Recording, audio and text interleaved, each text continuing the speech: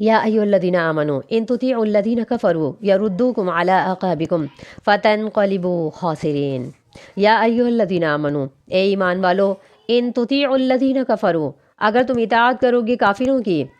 یردوکم علی اعقابکم، وہ مرتد کر دیں گے، تمہیں پھیر دیں گے، علی اعقابکم، تمہاری ایڑیوں پر،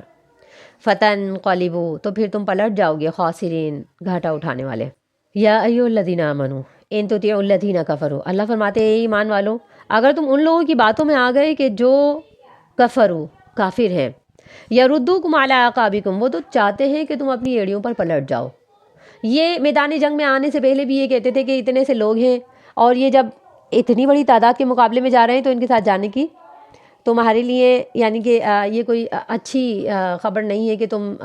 موت کے لیے میدان جنگ میں اترو۔ تو انہوں نے اکسانا تو پہلے بھی شروع کر دیا تھا، لیکن جب میدان جنگ کے اندر انہوں نے شکست دیکھی ہے تو پھر اکسایا اور مسلمانوں کے ان کے دل اسلام سے پھیرنے شروع کر دیے، اور بعض لوگوں نے تو یہ کہا کہ اب تو اسلام کا بول بالا ہو ہی نہیں سکتا، کیونکہ اتنی بڑی ایک جنگ مسلمان ہار گئے ہیں، تو اب جو دشمن مقابلہ کرے گا اور پھر حملہ کرے گا تو اب تو اسلام باقی رہ ہی نہیں سکتا۔ اب ایسا کرو کہ جیسا کہ پہلے بتایا جا چکا ہے کہ جتنے بھی یعنی کہ انصار تھے، ان کے جو بچے یعنی کہ غیر مسلم تھے، انہوں نے یہ کوشش کی تھی کہ وہ زبردستی اسلام کے اندر آئیں، تو زبردستی اسلام میں لانے کے لیے اللہ تعالیٰ نے انہیں منع کیا تھا، اور یہ کہا تھا کہ زبردستی اسلام کا یعنی یہ رویہ رہا ہی نہیں ہے کہ کسی کو بزور شمشیر اسلام کے اندر لایا جائے۔ یہ تو ایک آزاد اسلام ہے، ایک آزاد مذہب ہے کہ جو یعنی کہ اچھائی کی راہ سے اس کے اندر آنا چاہتا ہے خوش دلی سے، تو اسلام کے اندر آئے۔ تو اللہ تعالیٰ یہ فرما رہے ہیں کہ ایسے لوگوں کی باتوں میں نہ آ جانا جو کافر ہیں۔ انہوں نے یہ کہا کہ اب تو اس کا پیچھا چھوڑ ہی دو اسلام کا، کیونکہ پیغمبر بھی شہید ہو گئے ہیں اور مسلمانوں کو شکست بھی ہو گئی ہے، اور تم نے اپنی آنکھوں سے دیکھ لیا کہ یہ مٹھی بھر یعنی کہ مسلمان ہیں اور ان کا کیا دنیا میں بول بالا ہوگا، تو اب اسی مذہب میں پلٹ پڑو کہ جہاں سے واپس آئے تھے۔ تو مسلمانوں کا حوصلہ توڑنے کے لیے بہت سارے لوگوں نے اسی عین موقع پر مسلمانوں کی یعنی اسلام کی پیٹھ پر چھڑا گھوپا۔ تو اللہ تعالیٰ یہ فرماتے ہیں کہ ان تطیعوا الذین کفروا، اگر کافروں کی اطاعت کرنے لگو گے، ان کی باتیں ماننے لگو گے، تو یردوکم علی اعقابکم، یہ تو تمہیں تمہاری ایڑیوں پر پلٹ دیں گے، یہ تمہیں یہیں سے یعنی کہ کافر بنا کر کے لے جائیں گے، تو فتنقلبوا خاسرین، تم گھاٹا اٹھانے والے ہو جاؤ گے۔ بل اللہ مولاکم وہو خیر الناصرین، اللہ تعالیٰ فرماتے ہیں بلکہ اللہ ہی بہترین مولا ہے، وہو خیر الناصرین، اور وہ بہترین مددگار ہے۔ اگر تمہیں یہ لگتا ہے کہ محمد صلی اللہ علیہ وسلم یہ بہترین مولا تھے، تو مولا تو اللہ ہے، مددگار صرف اللہ ہے۔ جنگوں میں فتح دینا، جنگوں میں شکست دینا، یہ صرف اللہ کا کام ہے، اور اللہ آج بھی موجود ہے، اور اللہ فرماتے ہیں وہ خیر الناصرین، اور اللہ بہترین مددگار ہے۔ اور ایسا ہی ہوا کہ اس کے بعد اللہ تعالیٰ نے جو مسلمانوں کی مدد کی ہے تو مختلف ممالک پہ در پہ مسلمانوں نے یعنی کہ فتح کیے ہیں،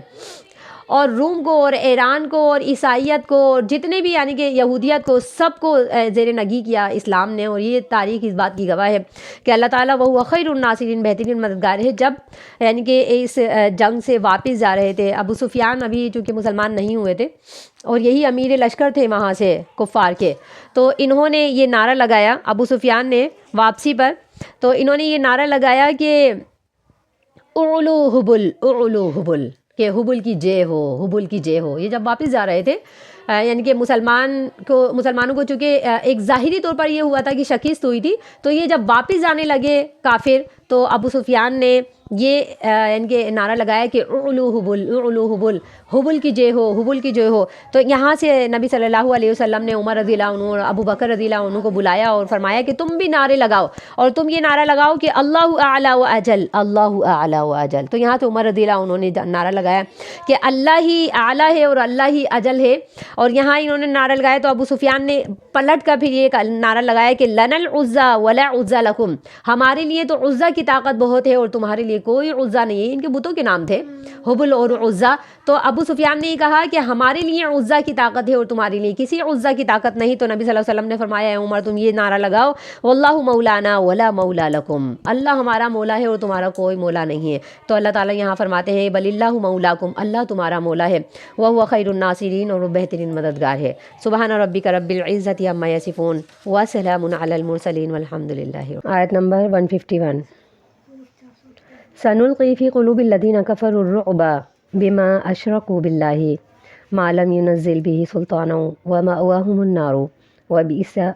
مثوى الظالمین۔ سنلقی فی قلوب الذین، ان قریب ہم ڈال دیں گے ان لوگوں کے دلوں میں جنہوں نے کفر کیا، رعب، بما اشرکو، اس وجہ سے کہ انہوں نے شرک کیا ہے، باللہ اللہ کے ساتھ، ما لم ینزل بہ سلطانا، وہ شرک جس کی اللہ نے کوئی دلیل نہیں اتاری، ومأواہم النار، اور ان کا ٹھکانہ آگ ہے، وبئس مثوى الظالمین، اور ظالموں کا برا ٹھکانہ ہے۔ قصہ احد، جنگ احد چل رہا ہے۔ اللہ تعالیٰ نے پیچھے آیت میں فرمایا کہ یا ایھا الذین آمنوا ان تطیعوا الذین کفروا یردوکم علی اعقابکم، اے ایمان والو اگر تم کافروں کی پیروی کرو گے، ان کی باتوں کو مانو گے، جیسے کہ وہ یہ کہتے ہیں کہ نبی کا انتقال تو ہو گیا ہے جنگ کے اندر، یہ کیسے نبی تھے کہ جن کا اتنا یعنی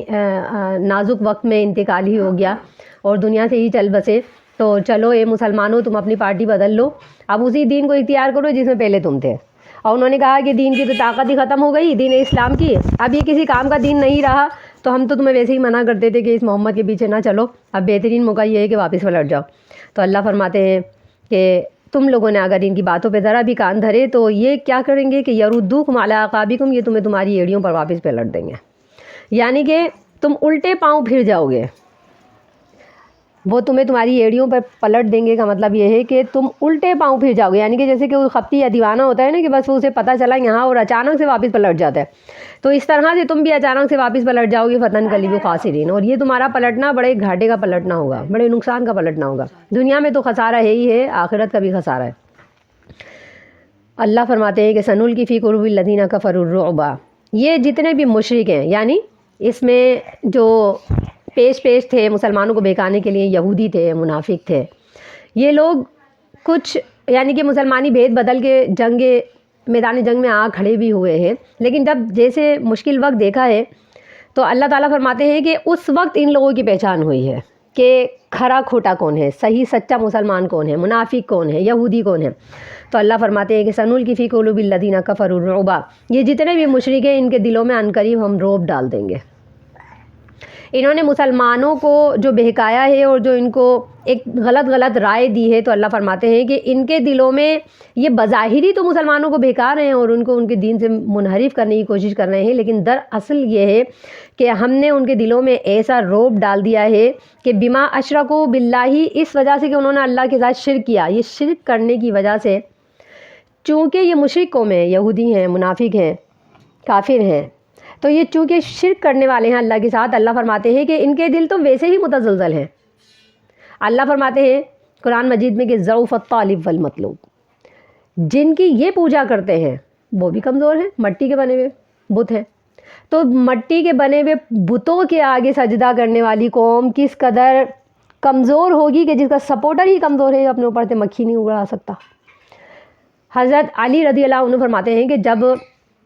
ابھی صرف وہ اسلام لے کر آئے ہیں اور مکے کے اندر ہی ہیں اور اسلام کو ابھی کوئی طاقت نہیں ملی ہے، تو فرماتے ہیں کہ میں اور میرا ایک ساتھی جو تھا وہ ہم جاتے تھے اور جا کر کے ان بتوں کے منہوں کے اوپر غلاظت ملتے تھے، یعنی کہ پلیدی لے کر جاتے تھے، نجاست لے کر جاتے تھے، اور کہتے ہیں ابھی اسلام کو کوئی تقویت حاصل نہیں ہوتی، بالکل شروع میں اسلام لانے والے حضرت علی رضی اللہ عنہ ایک ساتھی کو اور صحابی کو ساتھ لے کر کے، اور یہ یعنی کہ کفار سے، مشرکین سے چھپ کر کے ان کے چہروں کے اوپر غلاظت ملتے تھے اور پھر چھپ جایا کرتے تھے، کیونکہ ابھی یعنی کہ کھلے عام یہ ان کی ہتک نہیں کر سکتے تھے، اتنی طاقت نہیں تھی، یہ تو نبی صلی اللہ علیہ وسلم کے اوپر بھی اوجڑی ڈال دی تھی ابو جہل نے، تو یہ تو ابھی بالکل شروع کا زمانہ تھا، تو یہ اس قابل بھی نہیں، اور صرف یہ کہتے ہیں کہ ہم چھپ کر یہ دیکھتے تھے کہ ان کو اس بات کا احساس دلا دیں کہ تم ان بتوں کی خاطر ہماری مخالفت کر رہے ہو، ہمارے اسلام کو برا بھلا کہہ رہے ہو، تو ان کی اوقات کیا ہے کہ جو اپنے اوپر سے غلاظت کو بچا بھی نہیں سکتے، یعنی یہ کہ اس کو غلاظت کو ملنے والے کا نام بھی نہیں بتا سکتے۔ تو ان مشرکوں کا ایک یہ ان کے سامنے کہتے ہیں کہ ہم صرف یہ حقیقت کھول کر لانا چاہتے تھے کہ یہ وہ بت ہیں جن کی خاطر تم اسلام کو برا کہہ رہے ہو، کہ جو اپنے آپ کا دفاع نہیں کر سکتے، تمہارا کیا دفاع کریں گے۔ تو اللہ فرماتے ہیں کہ اس وجہ سے ہم نے ان کے دلوں میں رعب ڈال دیا کہ بما اشرکوا باللہ، وہ اللہ کے ساتھ شرک کرتے ہیں، ان کے دل کمزور ہیں، اللہ فرماتے ہیں ضعف الطالب والمطلوب، مانگنے والا بھی کمزور ہے اور جس سے مانگا جا رہا ہے وہ بھی کمزور ہے، جو سوال کرنے والا ہے وہ بھی اور جس سے سوال کیا جا رہا ہے وہ بھی۔ کہا کہ دونوں اپنی حاجتیں پوری نہیں کروا سکتے، تو جب اپنی حاجتیں پوری نہیں کروا سکتے، اللہ تعالیٰ یہی نقش یہاں پر کھینچ رہے ہیں۔ اللہ تعالیٰ نے فرمایا کہ ہم نے ان کے دلوں میں جو رعب ڈال دیا ہے کہ یہ مسلمانوں سے اور اسلام سے ہمیشہ ڈرتے رہیں گے، اس وجہ سے کیونکہ یہ اللہ کے ساتھ شرک کرتے ہیں، اور جو اللہ کے ساتھ کسی کو شریک ٹھہرا دے گا تو اللہ تعالیٰ اس کے دل میں ایسا رعب اور دبدبہ ڈال دیتا ہے۔ نبی صلی اللہ علیہ وسلم نے فرمایا کہ مجھے 3 چیزیں دی گئی ہیں